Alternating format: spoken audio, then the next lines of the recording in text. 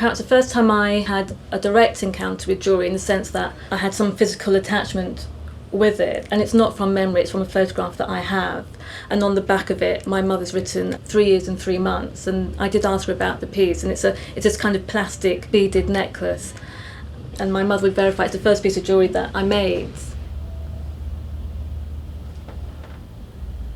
The main focus of my work is about communicating ideas and thinking about what I want to say and how I want to express that in an object, but it also might be through text, it might be through photography.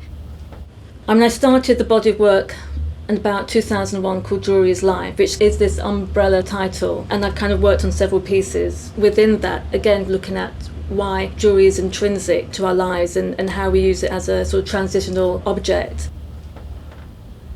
So one thing that I've been very much aware of is this idea of inheritance, and how people have inherited pieces of jewellery from others, and how this has such an importance for them. And in many cases when I've spoken to people, they've often said, I never take it off. It's almost, if you lose that piece of jewellery, it feels like losing that person again.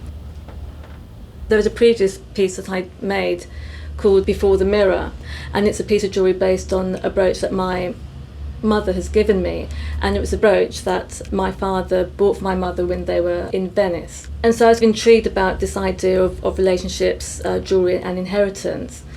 So this has led me on to sort of the new body of work called the individual and collective journey. I've kind of turned around the sort of focus onto myself and researching who I am, but also what is my past history, and looking back at ancestry.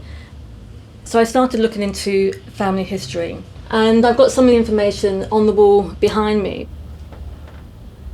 So I've just been discovering more unexpectedly about Bermuda, tracing my family ancestry back to the 1600s.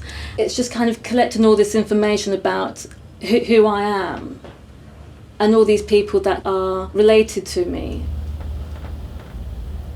The piece that I'll have in the Jerwood that relates to this current project will be a photograph of me wearing a piece of jewellery that I've inherited from an ancestor that I've identified through this kind of process of research. And if I remember correctly, she's my 6 times great grand aunt. So the photograph will be of me wearing the piece of jewellery that I've inherited from her, and looking at tracing my history, but in doing so tracing the history of other different people, different places and jewellery at that time. So I never see the jewellery object in isolation. It's part of a bigger construction about what I want to say and also how I want to say it. And another layer that can be added to this process is this idea that the memory of the piece of jewellery just exists in the photograph. Often with the photographs that we have of our relatives, they're not around, or it's not around anymore, but we have that photograph. So it's that kind of mnemonic device that is still important to us.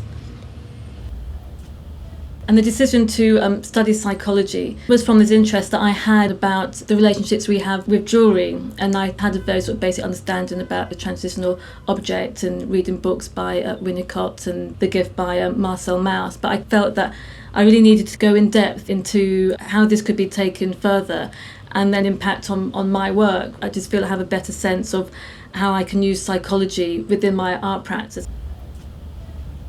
I think the way my work's developed over the last 6 years is it's having a really clear understanding about what I want to do and why I want to do it, and actually being able to present that. And part of that has been the development through writing more about jewellery. So it's moved away from just being someone who makes jewellery, but it's about being someone who uses photography to explore issues about jewellery, uses text to sort of communicate issues about jewellery, and then even studying psychology to get a much more in-depth knowledge about what I do.